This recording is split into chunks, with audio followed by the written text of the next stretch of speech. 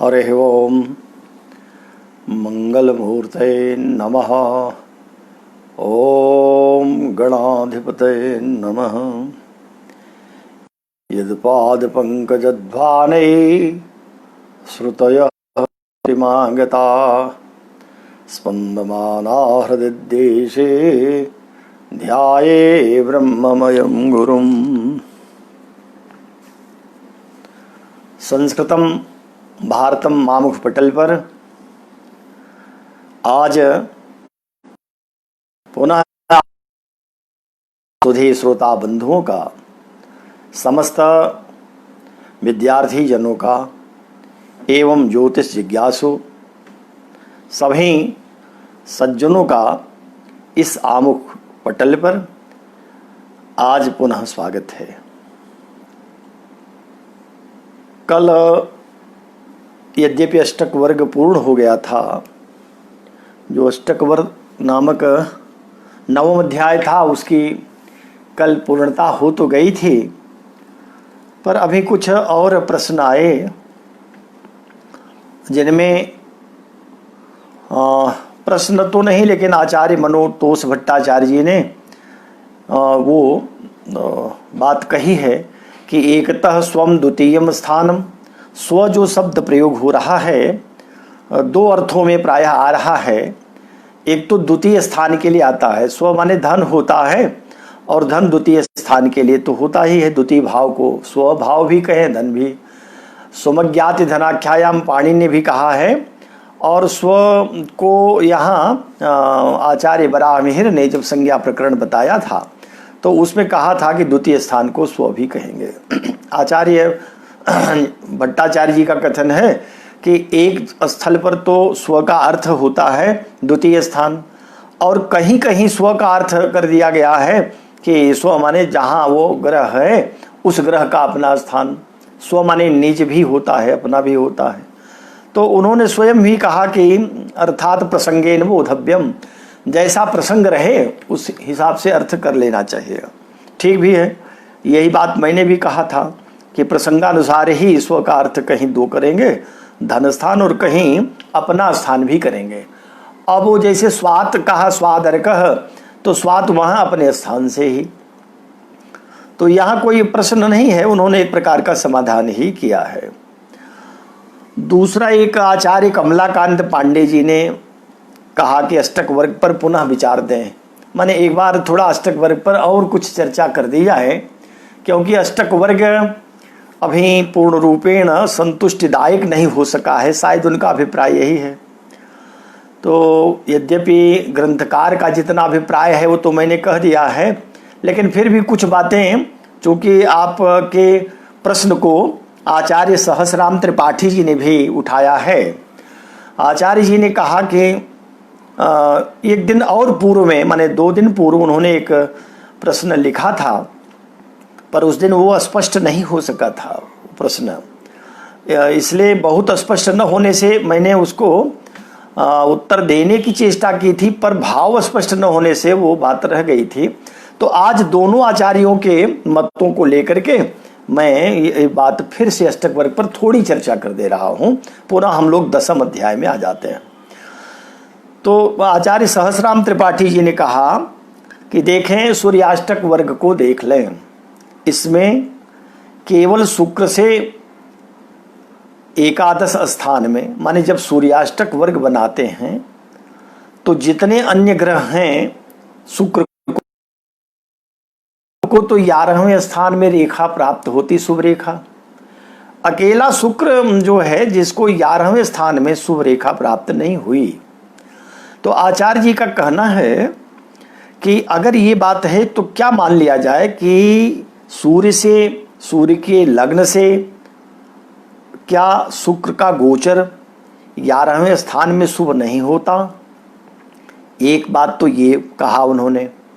दूसरा कहा कि चंद्र लग्न से भी इसी प्रकार से बृहस्पति को केवल 12वें स्थान में शुभ फल मिलता है। तो ऐसा क्यों है? बृहस्पति को यद्यपि और स्थानों में शुभ फल मिलता है, लेकिन 12वें में भी मिलता है।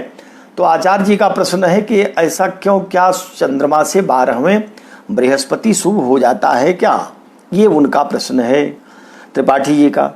एक बात उन्होंने फिर आज भी लिखी है कि गोचर काल में फल भोग के समय ग्रहों का जो उदयास्त होता है अथवा जो अष्टधा गति होती है, शीघ्रा शीघ्रतरा मंदा मंदतरा और अस्तादे, तो कह रहे हैं कि जो ये 8 प्रकार की गतियां होती हैं इनका भी कुछ परिणाम होता है इस प्रकरण में, अष्टक वर्ग के प्रकरण में।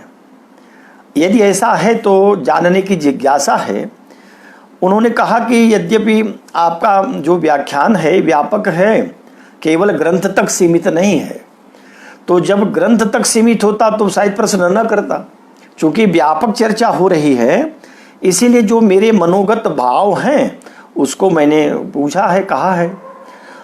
कोई बात नहीं, बिना किसी संकोच के मैं सबसे बार बार निवेदन करके कहता हूँ कि अगर कोई भी बात मनोगत है तो बिना किसी झिझक के, बिना किसी संकोच के आप ये ना समझें कि वक्ता अगर उत्तर नहीं दे पाएंगे तब फिर क्या होगा, ऐसा कुछ भी नहीं है। आवश्यक नहीं है कि मैं सबका उत्तर देने में समर्थ हूँ, ये भी नहीं है। मैं जितना जानता हूँ स्वमति अपनी बुद्धि के अनुसार उत्तर दूंगा। लेकिन यदि ऐसे प्रश्न आते हैं जो ज्योतिष के लिए प्रश्न चिन्ह लगा दें, ऐसे मन में बात उठे और समाधान न हो, उसको उठाना जरूर चाहिए, क्योंकि उसके समाधान को स्वयं भी खोजूंगा, अन्य ग्रंथों के माध्यम से, अन्य विद्वानों के सहयोग से भी खोजने का यत्न करूंगा। इसलिए प्रश्न तो होने चाहिए, आने चाहिए कि यहाँ अगर किसी प्रकार की भ्रांति है तो उसको जरूर पूछ लेना चाहिए। अगर नहीं पूछा जाएगा तो ग्रंथ का पूरा अभिप्राय भी नहीं आता और उसके बाद ये भी नहीं हो पाएगा कि हम लोग पूर्णतया संतुष्ट होंगे। लगेगा कि ज्योतिष शास्त्र में कहीं खामियां हैं। इसलिए जो मन में हो, आप ही नहीं जितने भी लोग सुनते हैं, बाद में भी जो सुनते हैं, सबसे मैं करबद्ध निवेदन कर रहा हूं कि जहां लगे कि ये बात नहीं क्लियर हो पा रही है उसको जरूर लिखिए, प्रश्न जरूर, प्रश्न माने जिज्ञासा ही कहिए, जरूर पूछिए। और अध्यापक लोग भी जो शिक्षक होते हैं, हमने पढ़ा है, देखा भी है कहीं कि वो जब बताने की स्थिति में नहीं होते तो वो टाल देते हैं। आपने सुना होगा, एक वक्ता ने कहा, वो वक्ता क्या है, लेखक, नाम है नीलकंठ, आचार्य नीलकंठ दीक्षित। नीलकंठ वो नीलकंठी वाले नहीं, आचार्य नीलकंठ दीक्षित का एक ग्रंथ है कलि विडम्बनम। तो उन्होंने कहा कि जब छात्र पूछता है कि इसको बताइए और नहीं समझ में आया, तो आचार्य जी का क्या उत्तर होता है? अगर वो नहीं जान रहे हैं तो घुमाने फिराने लगते हैं और डांट कर कहेंगे वाच्यताम समयोतीतः, समयः अतीतः वाच्यताम, जोर से कहेंगे समय बीत गया, चुप रहो। वाच्यताम समयोतीतः अथवा अस्पष्ट मग्रे भविष्यति, भविष्य में फिर हम कभी स्पष्ट कर देंगे, ये कहने लगते हैं। और इति पाठयताम ग्रंथे कुतो काठिन्य वर्तते, अगर इसी तरह से कोई भी ग्रंथ पढ़ाने को आ जाए तो कोई कठिनाई नहीं है। क्या कठिनाई है? फिर तो छात्र को कुछ बताना ही नहीं है, और पूछे तो डांट कर बैठा दीजिए और कहेंगे कि अब हम नहीं बताते। तो ऐसा जो ग्रंथ का पाठ किया जाता है उससे न तो छात्र की संतुष्टि होती, स्वयं की भी संतुष्टि नहीं होती। क्योंकि देखिए, वक्ता और श्रोता दोनों दो अलग दिखाई तो पड़ते हैं लेकिन दो अलग होते नहीं। जो वक्ता है वही श्रोता भी है। अगर इसको इस दृष्टि से देखें कि जो जीवात्मा है, आत्म तत्व जो है, अगर हमारी दृष्टि आत्म तत्व पर है तब, नहीं है तो कोई बात नहीं, तब तो भिन्नता दिखाई पड़ती है। तो आत्म तत्व जब दृष्टि आती है आत्मबले, तब उसमें लगता है जब सब एक ही है, तो ये तो केवल परमात्मा की सृष्टि है जो दो दिखाई दे रहे हैं। क्योंकि सृष्टि चलेगी एक को, कहा ना कि एको हम बहुश्याम, वेद का मंत्र ही है। तो उसने जो अपने को ही अलग करके दूसरा रूप रख दिया, इसलिए वक्ता श्रोता ज्ञान निधि, ये तो दोनों ज्ञान निधि होते हैं। वक्ता जो बता रहा है, श्रोता को अगर वो हृदय में उसकी बुद्धि को संतोष नहीं हुआ, संतुष्टि नहीं आई, तो हाँ एक बात जरूर है कि दुराग्रही कभी नहीं होना चाहिए। बुद्धि का जो फल है, हमारे महाराज जी कहा करते थे कि बुद्धे फल मनाग्रह, बुद्धि का फल है अनाग्रह में। अगर हम अड़ जाएं कि नहीं हमको बस यही अर्थ अभीष्ट है, तब तो वो आग्रह नहीं अनाग्रह है, वो ठीक नहीं। तो अनाग्रह करना चाहिए, आग्रह करना ठीक नहीं। आग्रह कर लिया कि नहीं नहीं हम अपने ढंग से ही समझेंगे, वो भी ठीक नहीं। अब आइए जो प्रश्न उठाया है आचार्य जी ने, आचार्य सहस्राम त्रिपाठी ने, और दूसरे भी आचार्य हैं कमलाकांत पांडे, इन दोनों के प्रश्नों का क्रमशः समाधान कर रहा हूं। आचार्य जी ने जो एक बात कही, अष्टक वर्ग में विशेष करके सूर्य के अष्टक वर्ग में शुक्र को 11वें स्थान में क्यों शुभ फल नहीं दिया गया, इसी को जाने। ये पहली बात तो है कि हमने कल भी कहा था और जब आरंभ किया था तब भी कहा था कि अष्टक वर्ग और गोचर में दिखाई तो पड़ता है दोनों एक ही हैं, लेकिन दोनों में थोड़ा अंतर होता है। अष्टक वर्ग सारे ज्योतिष के जितने पक्ष हैं, फलित के पक्ष, उन सब को विशेष करके भाव को भी, दृष्टि को नहीं, भाव को, भाव के साथ स्थित ग्रहों को, भावस्थ ग्रहों को, और उनके साथ साथ उसके जो ग्रहों के उच्च नीच आदि हैं, जो उनकी गतियां हैं, जो उनका स्थान है, उन सब को ध्यान में रख करके ही अष्टक वर्ग फलादेश करता है। अष्टक वर्ग एक प्रकार का है तो गोचर ही, लेकिन जन्म से ही निर्धारित कर देता है, जबकि चंद्र का जो गोचर होता है इसका निर्धारण होता है जब जिस क्षण आकाश में जो ग्रह होते हैं, माने जन्म के काल से लेकर मृत्यु पर्यंत आकाश में जो ग्रह परिवर्तन करते रहते हैं, उनको तो हम चंद्र के अष्टक वर्ग से कहिए अथवा कहिए कि चंद्र के गोचर से जानते हैं। अब इसमें देखें, जैसे चंद्रमा का गोचर होता है वैसे सभी ग्रहों का ये गोचर है। सूर्य का भी गोचर है, मंगल का भी है, बुध बृहस्पति शुक्र शनि का गोचर का ही एक प्रकार का फल है।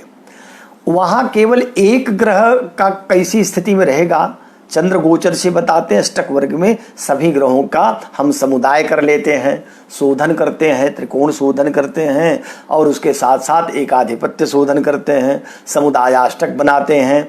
फिर हम देखते हैं कि ऐसे व्यक्ति का किस उम्र में, किस अवस्था विशेष में, बाल्यावस्था में, युवावस्था में अथवा वृद्धावस्था में कब अधिक सुखी रहेगा और कब दुखी रहेगा।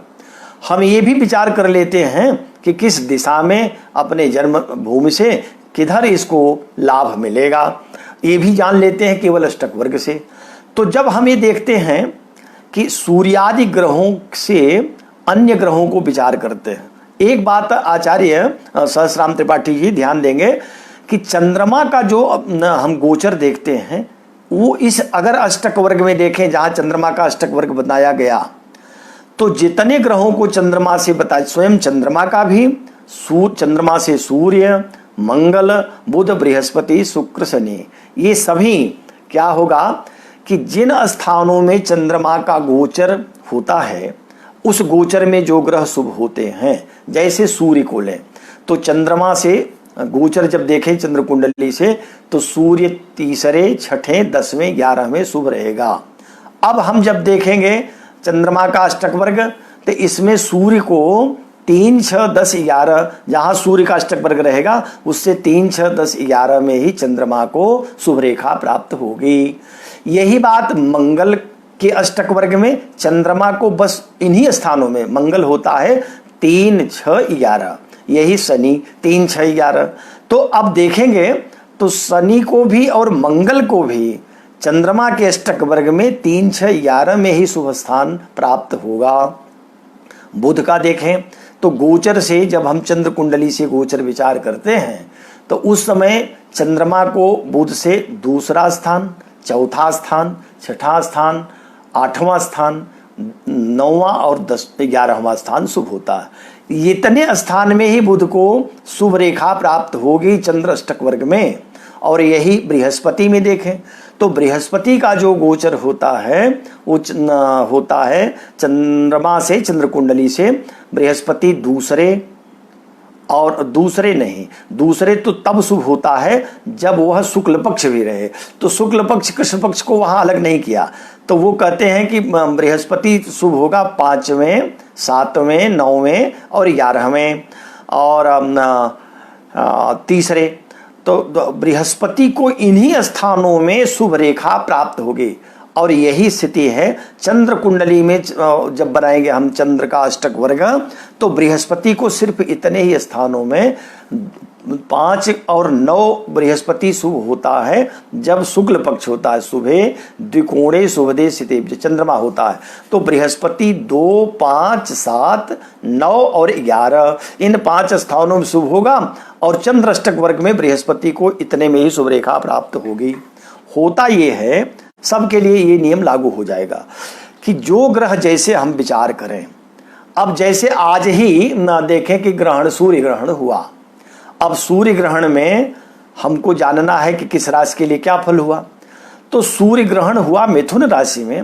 मिथुन राशि से हम दूसरी राशियों को गिनकर फल नहीं करेंगे, बल्कि जिस राशि का फल जानना होगा उस राशि से सूर्य ग्रहण वाली राशि को गिनेंगे, तो उसके अनुसार फलादेश होता है।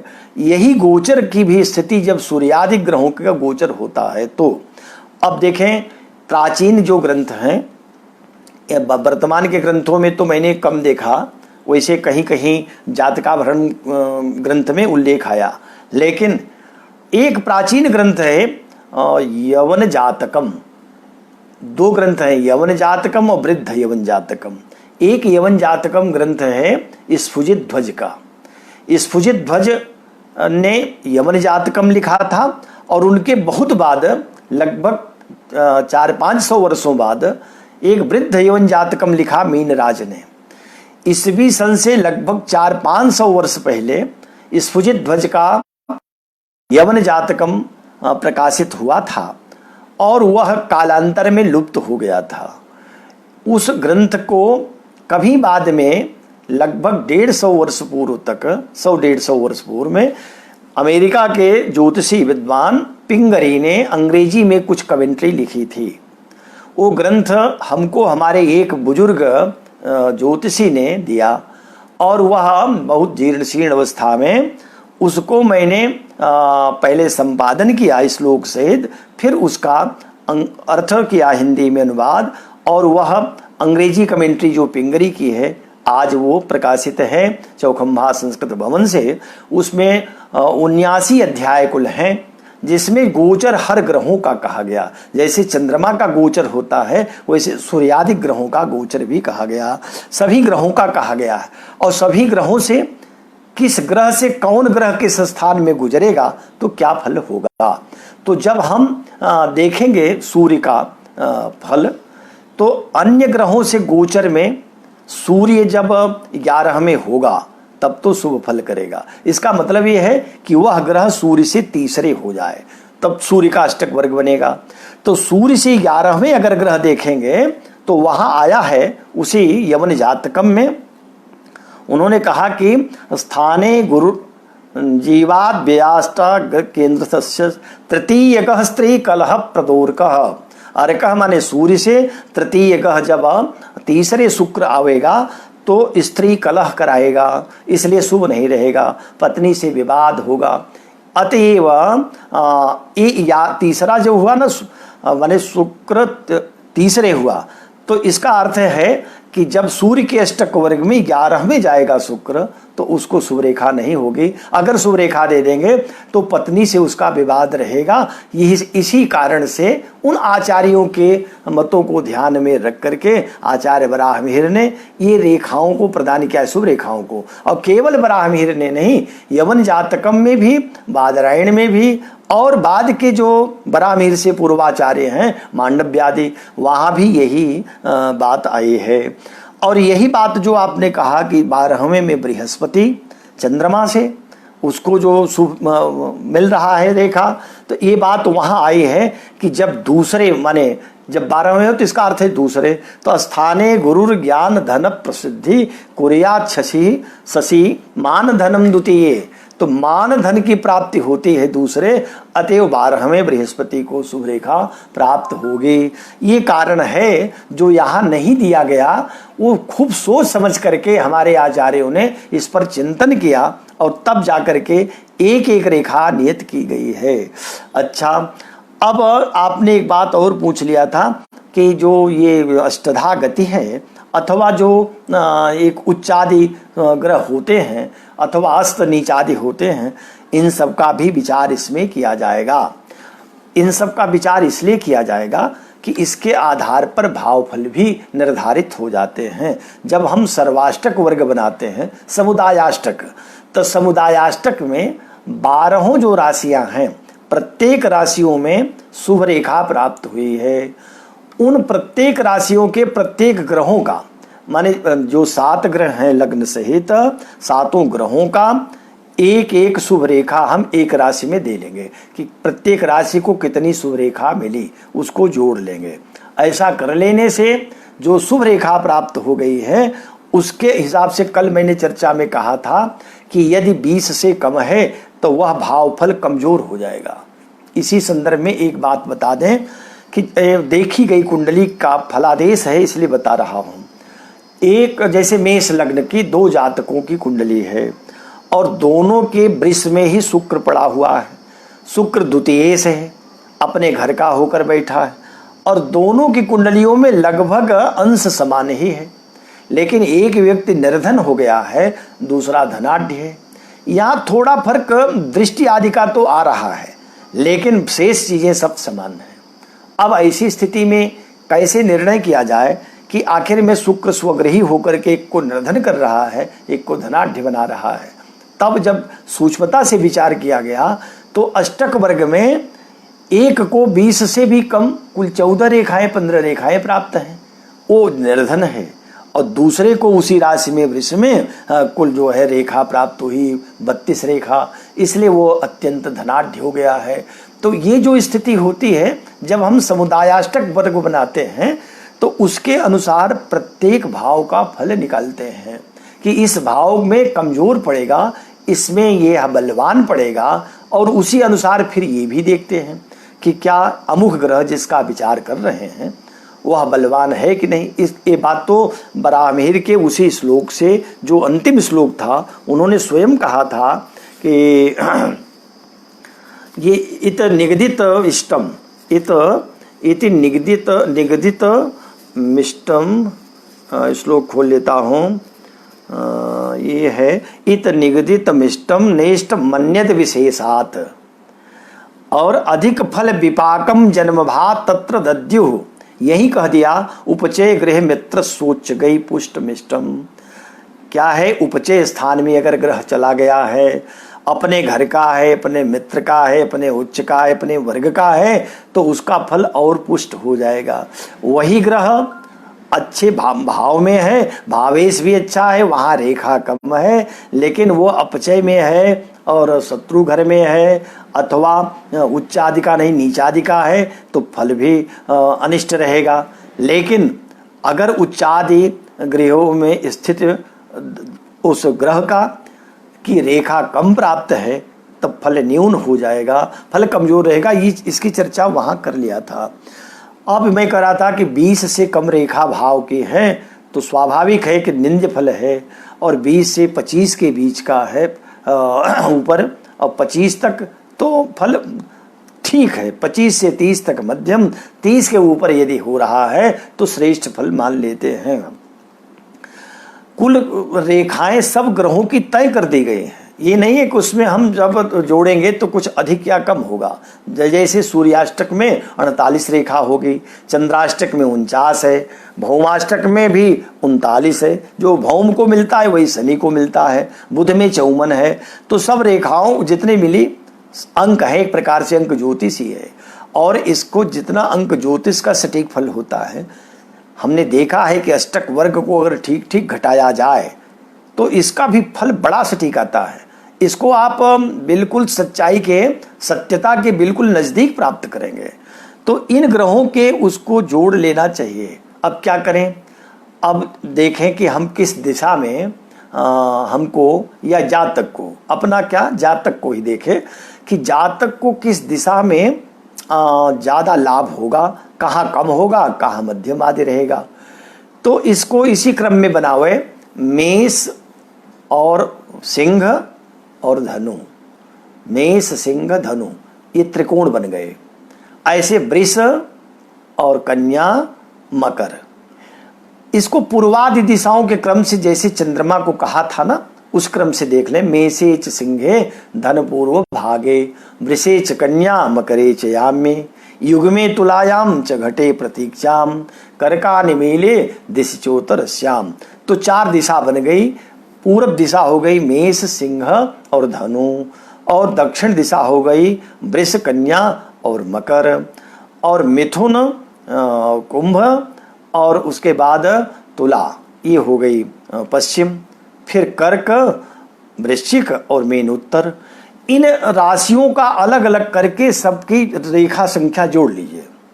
इनको जितना आया, अब जितना कुल संख्या है उसको चतुर्थांश कर लें। देखें कि किसमें रेखा अधिक हो रही है। जिसमें अधिक रेखा हुई, स्वाभाविक है कि उस दिशा में व्यक्ति को शुभ फल अधिक प्राप्त होगा। ये वैसे भी जोड़ करके देख लें, और यदि उसको और अधिक घटाना है तब 4 का भाग दे करके फिर निकाला जाता है।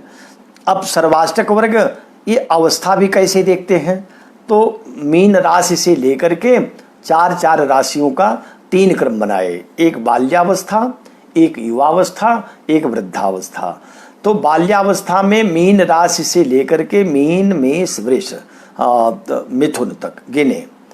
ये है कि इसमें जो 8वां और 12वां है उस राशि को छोड़ दिए जाते हैं, क्योंकि लग्न से 8वें और 12वें अशुभ मानते हैं, इसलिए उन राशियों को छोड़ दें। शेष राशियों को जोड़ें तो किसी में 3 ही पड़ेगा। तो अब जोड़ लिया, जितनी संख्या आई उसमें उसी हिसाब से देख लें। कहते हैं कि इसमें करना क्या है, अब योग को 3 से भाग दे दिया। जिसमें अधिक लब्धि आ रही है उसी को हम कहेंगे कि इस अवस्था में व्यक्ति सुखी रहेगा। जिसमें बहुत न्यून रेखा दुखी रहेगा, ये जान लेना चाहिए। एक बात और कह दूं, वो ये है कि अष्टक वर्ग से केवल अपना ही नहीं, व्यक्ति की अवस्था, व्यक्ति की दिशा, व्यक्ति के बारे में सुख दुख जानना, इतना ही नहीं उसके पूरे परिवार को भी जाना जाता है। जैसे अगर मान लीजिए कि सूर्य से हम विचार करेंगे, सूर्य के अष्टक वर्ग से, तो सूर्यात 9वें तातः और चंद्रा चतुर्थे मातुः भौमा तृतीये भ्रातुः। इसी प्रकार से सबको देखें तो लग्नात 9वें तातः। अब पिता का स्थान तो यद्यपि 10म होता है, लेकिन अष्टक वर्ग में 9म को ही ग्रहण किया गया है। तो 9म स्थान से पिता को लीजिए। लग्नम गते दिनकरे रिपुनीच भागे, जातः कृशान युग बिंदु युतेज रोगी। ये देख लें कि अगर लग्न स्थान में बहुत थोड़ी रेखा प्राप्त हुई है और वहाँ सूर्य उसकी नीच राशि पड़ रही है, सूर्य वहाँ शत्रु क्षेत्री हो रहा है, रेखा भी बहुत कम है, और कोई पाप ग्रह आक्रांत कर लिया है उस लग्न को, तब तो व्यक्ति स्वयं रोगी रहेगा। लेकिन अगर लग्न से 9वें स्थान में, लग्न से 9वां स्थान सूर्य की रेखा को देखे और सूर्य को बहुत कम बिंदु मिल रही है, उसमें गोचर से जब शनि आएगा, जब आएगा तो पिता को क्लेश देगा। इसी स्थिति में कभी पिता की मृत्यु भी होती है, यह भी देखा जाता है। और इसी प्रकार से जैसे हम सूर्य का विचार कर रहे हैं, चंद्रमा से चतुर्थ का माता का, मंगल से तीसरे भाई का, और बुध से चौथे बुद्धि का भी, विद्या का भी, और बुध से चौथे छठे मामा का, और फिर बृहस्पति से पंचम संतान का, शुक्र से सप्तम पत्नी का या बृहस्पति से सप्तम पति का भी। इसी प्रकार से शनि से अष्टम आयु का विचार करते हैं और उन रेखाओं के अनुसार ही देख लेते हैं कि अल्पायु है कि मध्यमायु है अथवा दीर्घायु है। एक बात कही कि अष्टक वर्ग दशा मार्ग सर्वेषाम उत्तमोत्तमः, ये जो अष्टक वर्ग दशा मार्ग है सबके लिए उत्तम उत्तमोत्तम है, इससे बढ़िया और कोई विचार नहीं हो सकता। अष्टवर्गस्य माहात्म्यम यो जानाति स ईश्वरः। अष्टक वर्ग के महात्म को जो जान गया है, ईश्वर को तो नहीं देखा है, लेकिन अगर अष्टक वर्ग के महात्म को ठीक ठीक समझ लिया तो वह जो फलादेश करेगा वो एक ढंग से ईश्वर का ही फलादेश हुआ करता है। अब एक बात और है कि इसके साथ साथ गोचर की बात तो नहीं कही आचार्य वराहमिहिर ने। गोचर का जो फलादेश किया वो बृहत संहिता में जाकर कर गए। यहाँ अगर उसका भी उल्लेख आता, यद्यपि जो अष्टक वर्ग में चंद्र का अष्टक वर्ग है वो सारे ग्रहों का एक प्रकार से गोचर ही है, लेकिन गोचर को अलग से कह करके ये भी बताया कि कैसे ग्रहों का भेद होता है। अगर गोचर शुभ फल तो दे रहे हैं, लेकिन उसमें अष्टक वर्ग में रेखा अति न्यून है, तब वो शुभ फल नहीं दे पाते। तब लगता है कि इतने अच्छे स्थान में गोचर से ग्रह तो जा रहा है, फल क्यों नहीं दिया? क्योंकि उसमें रेखा ही अति न्यून है। और अगर जहाँ रेखा बहुत अच्छे है उस स्थान में गोचर से ग्रह अगर जा रहा है, भले वह उसके लिए वो अपचय स्थान हो, बहुत अनुकूल स्थान न हो ग्रह के लिए, लेकिन वहाँ भी अच्छा फल देता है। इसलिए ये भी देखना है कि अष्टक वर्ग में अगर रेखा ठीक है तब गोचर का फल बिल्कुल ठीक रहेगा, रेखा कम है तो गोचर का फल भी घटित नहीं होगा। दूसरी बात, अगर गोचर से ग्रह तो अनुकूल है पर उसका भेद हो गया। वेद भी दो प्रकार का होता है, एक दक्षिण वेद, एक वाम वेद। जो दक्षिण वेद होता है वह तो यही वेद है, माने प्रत्यक्ष वेद। जैसे सूर्य तीसरे अनुकूल होगा, लेकिन नौवें यदि कोई ग्रह है, हाँ, पिता पुत्र से वेद नहीं होता। सूर्य का वेद शनि से कभी नहीं होगा और शनि का वेद सूर्य से नहीं होगा। बुध का वेद चंद्रमा से नहीं होगा, चंद्रमा का वेद कभी बुध से नहीं होगा। तो पिता पुत्र का परस्पर वेद नहीं होगा, शेष ग्रहों से वेद होगा। तो सूर्य तीसरे हैं तो नौवें कोई ग्रह आ गया शनि को छोड़ करके, तब भी सूर्य का वेद हो गया और वेद होने से वो फल नहीं दे पाएगा। लेकिन ठीक इसके विपरीत एक बात और होती, उसको वाम वेद कहते हैं। जैसे सूर्य तीसरे नौवें तो ठीक हुआ, कोई बात नहीं। सूर्यो रसांते खयुगेग्नि नंदे शिवाक्ष, हाँ, सूर्यो रसांते को ही देख ले। जैसे सूर्य छठे तो ठीक है और 12वें कोई ग्रह है शनि को छोड़ करके, तो वेद हो गया। अब सूर्य का छठे का फल नहीं आएगा। लेकिन सूर्य 12वें है तो अशुभ है, लेकिन अगर छठे शनि को छोड़कर कोई ग्रह आ जाए तो सूर्य का विपरीत वेद हो जाएगा। तो वाम वेद विधाने न अशुभोपि शुभम भवेत। वाम वेद के विधान से अशुभ ग्रह भी शुभ फल देता है, शुभ कर देता है। एक तो ये बात होती है, और दूसरे यस्मिन रासो गता खेटा खेट राशि गता ग्रहा। जिस राशि में ग्रह गुजर रहा हो, संक्रमण कर रहा हो, और उसकी राशि में, ग्रह की राशि में उसका स्वामी दूसरा ग्रह चला गया हो, यह भी वाम वेद होता है। इसलिए कोई भी आचार्य अज्ञात्वा विविधान वेदान, अज्ञात्वा बिना जाने, विविध वेदों को बिना जाने, यो ग्रहज्ञ फलम वदेत, जो ज्योतिषी फलादेश करता है, समृषा वचनाभ्यासी, वह झूठी बात कहने का एक प्रकार से हंसी का पात्र बन जाता है। हम हास्यम याति नरई सदा, माने उसके बातें झूठी होती, मृषा हो जाती हैं और लोगों के बीच में हंसी का पात्र होता है। इसलिए विविधान वेदान ज्ञात्वा, विविध वेदों को जान लेना चाहिए। अष्टक वर्ग भी जाने। अष्टक वर्ग के द्वारा एक ढंग से कहें तो सभी ग्रहों का एक प्रकार का फल है। कैसा फल है? गोचर का ही फल है। लेकिन गोचर के फल के साथ साथ वर्तमान भूत भविष्य का भी ये बोधक है।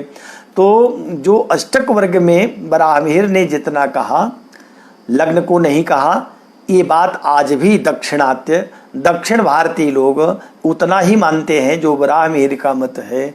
वो भी आज भी लग्न के अष्टक वर्ग को निकालते नहीं। माने लग्न के द्वारा ग्रहों की शुभता तो देख लेते हैं जैसे वराहमिहिर ने कहा, लेकिन वो लग्नाष्टक नहीं निकालते, जबकि लग्नाष्टक भी बाद के आचार्यों ने निकाला और उसकी रेखा को भी जोड़ने का विचार किया है। अच्छा, तो अब हम कह रहे थे कि विपरीत वेद भी जाने, अनुकूल वेद भी जाने, चंद्रमा से ग्रहों के गोचर को जाने, फिर अष्टक वर्ग को जाने, और जो फलादेश करेंगे वो न केवल वर्तमान बल्कि वर्तमान भूत भविष्य तीनों को बताएगा, और वह जो बताएगा वो अदृढ़ कर्म को संकेत करेगा। अदृढ़ कर्मों को उनके दुष्प्रभाव को दूर करने के लिए एक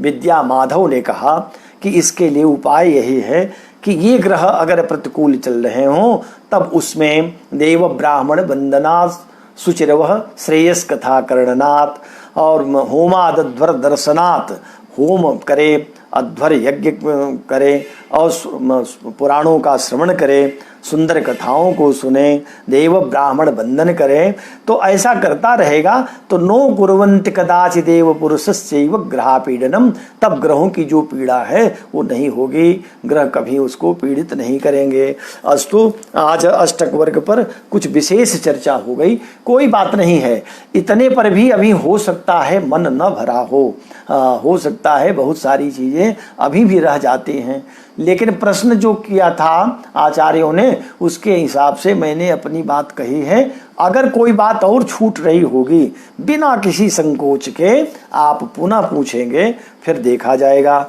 अब आइए हम लोग चलते हैं अगले अध्याय पर। अभी थोड़ा समय है, एक दो श्लोक तो हो ही सकते हैं, समय का जितना ही सदुपयोग हो जाए अच्छी बात है। तो ये अगला अध्याय है कर्मजीवाध्यायो 10वां, कर्मजीव नामक 10वां अध्याय। कर्माजीव माने आजीविका, कर्म माने 10वां स्थान, 10वां स्थान को भी जाने। तो 10वां स्थान को जानने के लिए हम लोगों ने भाव तो जाना है, 10वां स्थान की संज्ञा भी जानी है। 10वां स्थान कर्म का क्षेत्र है और जीविका का क्षेत्र है, व्यापार का क्षेत्र है, यश मान सम्मान का क्षेत्र है। तो ये सब तो है ही, इसके साथ साथ वर्तमान का जो समय है आज, इस समय सबको अपने जीविका की सबसे अधिक चिंता होती है।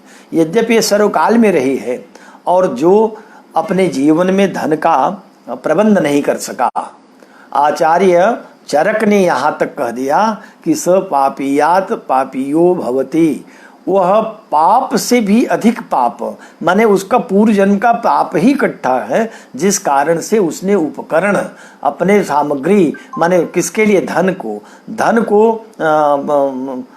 कमाने का, धन प्राप्त करने का कोई मार्ग नहीं बना सका, कोई स्रोत नहीं खोज सका, तो वो निश्चित ही पूर्व उसके पाप ही हैं, और पाप की अधिकता के कारण अर्थ रहित हो गया।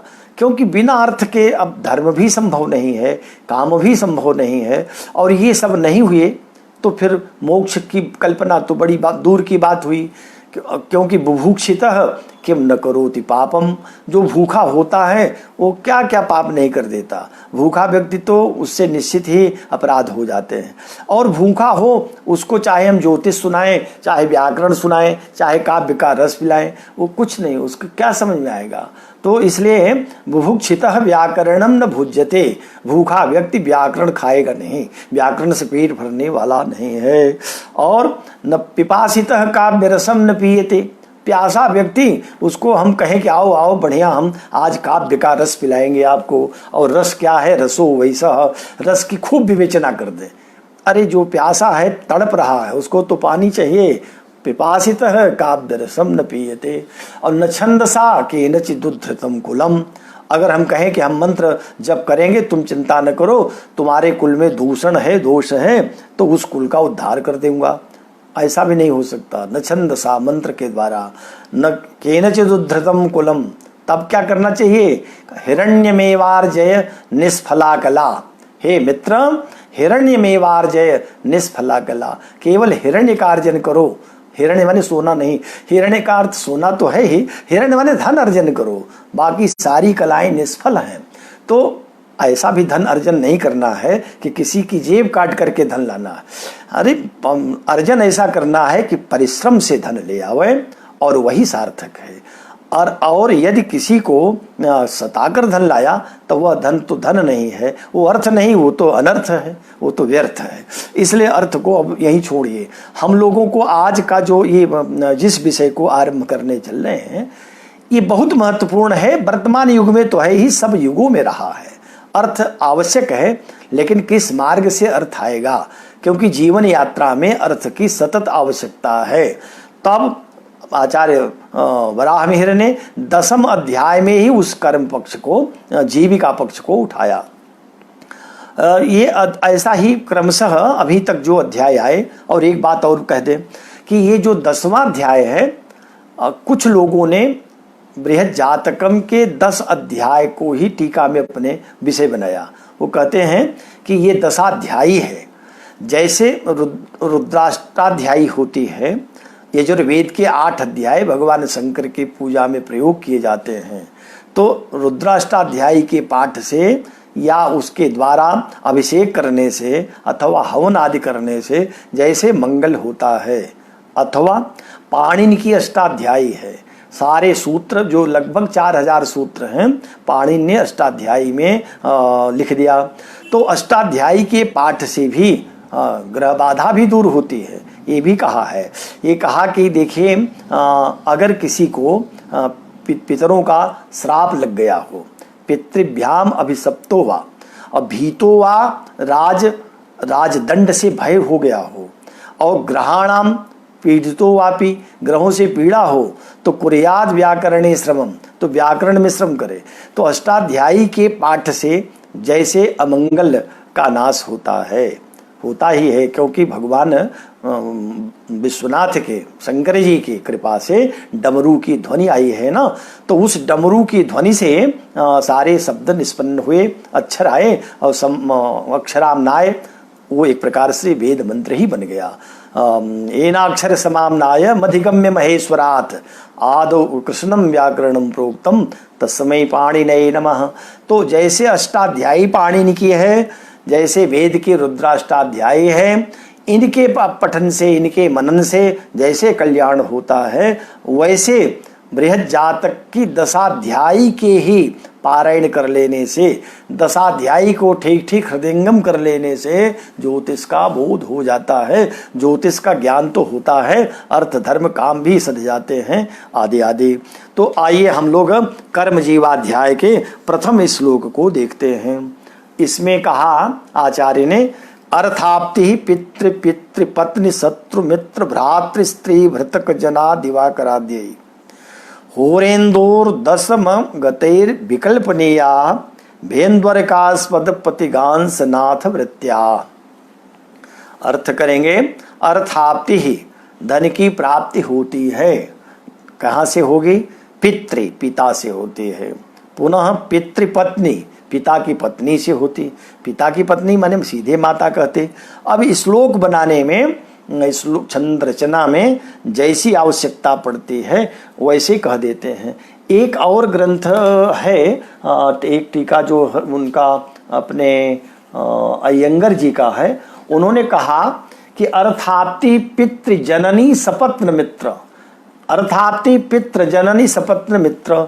हो सकता है ये भी पाठ कहीं मिला होगा, तभी आचार्य ने वो लिखा। तो पितृ जननी, जननी कहा है, यहाँ पितृपत्नी ही सीधे कहा है। और चूंकि आगे मित्र है, 2 ही इसमें अक्षर होते, तो उन्होंने सपत्न उसको 3 अक्षर लेकर के छंद को बराबर कर लिया, नहीं छंद दोष नहीं होने पाया। तो दोनों पाठ है, इसलिए जो भी पाठ हो अर्थ तो वही आएगा। अतएव देखें, कहा कि अर्थाप्ति पितृ पितृपत्नी शत्रु मित्र भ्रातृ स्त्री भृतक जना दिवाकर आद्ययी। दिवाकर आद्ययी माने सूर्य आदि के द्वारा। कौन कौन स्थान हुआ? अर्थाप्ति माने धन की प्राप्ति होती है। नंबर 1 पितृ, पिता से। दूसरा पितृपत्नी माने माता से। तीसरा शत्रु, शत्रु से। चौथा मित्र, मित्र से। 5वां भ्रातृ, भाई से। 6ठा स्त्री, स्त्री से। 7वां भृतक जनादि, भृतक जन माने भृत्यादि से, सेवकों के माध्यम से। और किसका? दिवाकर आद्य, दिवाकर आदि का। दिवाकर माने सूर्य आदि का। तो अब सूर्य से देखें तो सूर्य से अर्थ की प्राप्ति होगी तो पितृ माध्यम पिता बनेगा। पिता कैसे माध्यम बनेगा? जैसे पैतृक जीविका हो, पैतृक कोई व्यवसाय हो, अथवा पिता कहीं नौकरी दिलवा दे। आजकल क्या हमेशा से रहा है, पिता लोग अपने पुत्र के लिए प्रयत्न करके नौकरी सरकारी भी दिलवा लेते हैं, अथवा पिता के द्वारा कभी समय से पूर्व नौकरी में ही निधन हुआ तो उसके स्थान पर पुत्र को नौकरी प्राप्त हो जाती है, आदि आदि। किसी प्रकार से, माने ये तो नहीं स्पष्ट किया कि बस यही एक होगा कारण, अनेक कारण हो सकते हैं, ये अनंत कारण है, कोई एक ही माध्यम नहीं। ये अब अपने विवेक पर निर्भर करता है कि हम उहापोह करें, क्योंकि उहापोह के बिना जो कहा जाता है, देखिए देश भी देखना है, काल भी देखना है, परिस्थिति भी देखनी है। इसको बिना ठीक ठीक जाने अगर कोई ज्योतिषी ऐसे फलादेश करता है तो या तो वो सिद्ध हो चुका है, अथवा उसके फल कथन में कहीं न कहीं कमी रह जाएगी। इसलिए देश काल पात्र परिस्थिति, इन सब को विचार करके तब ग्रहों के सहयोग को ले। तो अगर सूर्य के द्वारा धनार्जन होरार्थाप्ति हो रही है, अर्थ की प्राप्ति, तो पितृ के द्वारा, और चंद्रमा से माता के पक्ष से, माता के द्वारा अनेक माध्यम हैं जिसमें माता से धन प्राप्त हो गया। ये किससे हुआ? चंद्रमा के कारण। फिर हुआ तीसरा है भौम मंगल। तो मंगल से है शत्रु वर्ग से, कभी विवाद आदि से, कभी मुकदमे आदि से, कभी शत्रु माने अपने ज्ञाति बांधव भी, ज्ञाति माने शत्रु तो ज्ञाति माने अपने लोग भी हो जाते हैं, बंधु बांधव भी, तो वो शत्रुता करते हैं, तो उनके माध्यम से भी धन की प्राप्ति। चौथा बुध। तो बुध से क्या होगा? मित्र के द्वारा, मित्र माध्यम बनता है, और मित्र के माध्यम से चाहे जीविका प्राप्त हो रही हो अथवा व्यवसाय आदि हो रहा हो। और फिर बृहस्पति। तो बृहस्पति से कहा भ्रातृ, भाई के कारण, भाई कारण बनता है। और फिर अगर शुक्र है तो शुक्र में स्त्री के द्वारा, स्त्री के माध्यम से। और अगर शनि है तो शनि को कहा भृतक जनादि, भृतक माने सेवक आदि के द्वारा, सेवकों के द्वारा। तो सेवकों से कैसे धन प्राप्त होगा? ये तो आश्चर्य लगता है, लेकिन कोई आश्चर्य नहीं। सेवकों से धन आजकल ज़्यादा लोग कमाते हैं। माने जो कोई अपनी कंपनी बना ली, फैक्ट्री बना लिया, और कर्मचारियों से काम लेंगे, जितना उनका परिश्रम होता है उसका दशांश देंगे, चतुर्थांश देंगे, अथवा कोई तो और अधिक उनको दबा करके अपना घर बना लेते हैं, अपना कार्य बढ़ाते हैं, और सेवकों को कम देते हैं, बहुत थोड़ा देते हैं। तो सेवक से भी ये एक माध्यम तो सेवक ही बने ना, जो भृतक जन हैं उनके द्वारा भी धन कमाते हैं, अर्थाप्ति होती है। लेकिन कब, किन परिस्थितियों में? जब शनि दशमेश होता है। शनि यदि शनि के द्वारा, दशमेश अभी नहीं कर रहे हैं, अभी शनि के द्वारा ये कहें, माने प्रत्येक ग्रह का ये बता दिया। अच्छा, ये कैसे जानेंगे? तो इसको अब नीचे वाली लाइन से कह रहे हैं, होरेंदोर दशम गतई। होरेंदो, होरा माने लग्न, और इंदो हो चंद्रमा, चंद्रमा से और लग्न से दशम गतई, दशम स्थान में जो ग्रह स्थित हो, विकल्पनीया, उसी से विकल्प लें, विकल्प बनाएं। विकल्पनीया माने कल्पना करें और विचार करें। भेन्द्वर्कास्पद पतिगांस नाथ वृत्या। अब भेन्द्वर्क कह रहे हैं, भ माने लग्न राशि, और इंदु माने चंद्रमा। तो लग्न राशि से माने लग्न से, अथवा चंद्र कुंडली से, और अर्कात, अथवा अर्क माने सूर्य से। आस्पद माने दशम स्थान। दशम स्थान में जो पतिगांश, दशमेश जो ग्रह होगा, उसके नवांश का जो नाथ माने स्वामी है, जिस नवांश में बैठा हो, उस नवांश का अधिपति जो स्वामी ग्रह हो, उसके वृत्या माने उसी की वृत्ति से, उसी के अनुसार वृत्ति से जातक को धनार्जन होगा। क्या अर्थ है? पहली बात तो कह दिया कि ये सूर्यादि ग्रहों से इस प्रकार से धन आने की संभावना रहेगी, जीविका प्राप्ति होगी। फिर कह दिया कि इसमें सूर्य से नहीं, पहले सूर्य से नहीं, पहले होरा से, होरा माने लग्न से और चंद्रमा से दसम स्थान को देखें। जो लग्न से चंद्रमा से दसम स्थान में ग्रह स्थित होगा, हो सकता है कि एक ग्रह न हो, दो ग्रह हो, तीन ग्रह हो, या अथवा 5-6 ग्रह हो। तो लग्न से भी हो सकते हैं ग्रह और चंद्रमा से भी हो सकते हैं। ऐसी स्थिति में लग्न कुंडली चंद्र कुंडली में बलवान कुंडली देख ले कि कौन बलवान है। मान लीजिए लग्न कुंडली बलवान है तो लग्न से दसम में कौन कौन ग्रह हैं। चंद्र कुंडली बलवान है तो चंद्रमा से दसम में कौन कौन ग्रह बैठे हैं। अगर मान लीजिए कि एक लग्न से ही दसम में 4-5 ग्रह हैं, 6 ग्रह हैं, अथवा चंद्र कुंडली से दसम में 5-6 ग्रह हैं, तब हम किस ग्रह को माने? तो कुछ लोगों ने कहा, एक आध टीकाकारों ने, कि वहां आप देख लें जो सर्वोत्तम सर्वबली हो, सबसे बलवान हो, ग्रह की बलवत्ता को विचार कर लीजिए। दूसरे आचार्यों ने, टीकाकारों ने कहा कि ऐसा भी नहीं है, अरे सभी ग्रहों को आप माध्यम बनाइए, क्योंकि अर्थ प्राप्ति कोई एक से ही होती है, अर्थ प्राप्ति के तो कई माध्यम हो सकते हैं, इसलिए उन सारे ग्रहों के द्वारा आपको धन प्राप्त होने की संभावना रहेगी, जातक को रहेगी, ऐसा कह लीजिए। लेकिन ये तो तय ही है कि कई ग्रहों में जो सर्वाधिक बलवान होगा उसके द्वारा जीविका की संभावना कुछ अधिक रहेगी। तो ये बात हो गई।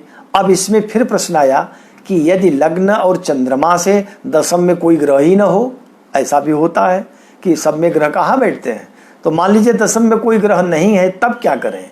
तो कहा ऐसी स्थिति में करना ये है कि तब आप देखें लग्न और चंद्रमा से जो बलवान कुंडली हो, अथवा सूर्य से भी देख लीजिए, लग्न चंद्रमा और सूर्य कुंडली से जो बलवान, तीनों में जो सबसे बलवान हो उसके दसम स्थान में जाइए। जब दसम स्थान में कोई ग्रह नहीं है तो वह दशमेश कर्मेश किस राशि, किस नवांश में कहाँ पड़ा, नवांश के किस राशि में पड़ा है, जिस राशि में पड़ा हो उस राशि का स्वामी जो ग्रह हो उस ग्रह की वृत्ति जीविका के अनुसार जातक की जीविका होगी। ये बात यद्यपि संक्षेप में ही कह दिया, लेकिन बड़ी बात कह दिया है। जीविका निर्धारण में अभी जितने लोग, जिन लोगों की जन्मपत्री उपलब्ध है, जिनकी जीविका मिल चुकी है, आप विचार करके देखें तो ये बात प्रायः घटित हो जाती है, ठीक ठीक घटित होता है। एक बार श्लोक पर फिर से ध्यान दे दें और फिर यहीं आज एक ही श्लोक समाप्त करके, क्योंकि समय पूरा हो रहा है। तो अर्थाप्ति पितृ मित्र भ्रातृ स्त्री भृतक जना दिवाकराद्यै होरेन्दोर दशम गतै विकल्पनीया भेन्द्वरकास्पद पतिगांस नाथ वृत्या। कह रहे हैं अर्थाप्ति ही धन की प्राप्ति होती है दिवाकराद्यै सूर्यादि ग्रहों के द्वारा, सूर्य से पितृ पिता के द्वारा, चंद्रमा से पितृपत्नी माता के द्वारा, मंगल से शत्रु के द्वारा, बुध से मित्र के द्वारा, बृहस्पति से भ्रातृ के द्वारा, और शुक्र से स्त्री के द्वारा, और शनि से माध्यम बनता है भृतक जन माने भृत्य नौकर आदि सेवकादि के द्वारा। और यदि होरेन्दोर दशम गतई, होरा माने लग्न से या चंद्रमा से दसम स्थान में जो ग्रह रहे, जो बलवान हो, उसके अनुसार ये बात कहे कि सूर्यादि हैं तो पिता या माता के द्वारा। कह रहे हैं यदि लग्न या चंद्रमा से कोई भी ग्रह बलवान न हो तब भेन्द्वरकास्पद सूर्य चंद्रमा और लग्न कुंडली में जो बलवान कुंडली हो उसके उस कुंडली से दसम स्थान के स्वामी ग्रह, दसम स्थान का स्वामी ग्रह जिस नवांश में हो उस नवांश का स्वामी, उसकी जैसी जीविका होती है वैसी ही जीविका, उसी के माध्यम से उसी प्रकार की जीविका उस जातक को प्राप्त होगी जिसकी कुंडली का अध्ययन किया जा रहा है। अस्तु। अब आज एक श्लोक पूर्ण हो गया, बाकी अब इस अध्याय को कल पूरा करेंगे। आज भी यदि कोई आप लोगों की जिज्ञासा होगी तो उस पर कल विचार कर लेंगे। अब बस यही समाप्त कर रहा हूँ। आप सभी लोगों के प्रति शुभकामना, मंगल कामना, सभी स्वस्थ प्रसन्न रहें और ईश्वर से सबके प्रति मंगल कामना करता हुआ अपनी बात समाप्त करता हूँ। जयतु संस्कृतम, जयतु ज्योतिषम, जयतु भारतम। धन्यवादः।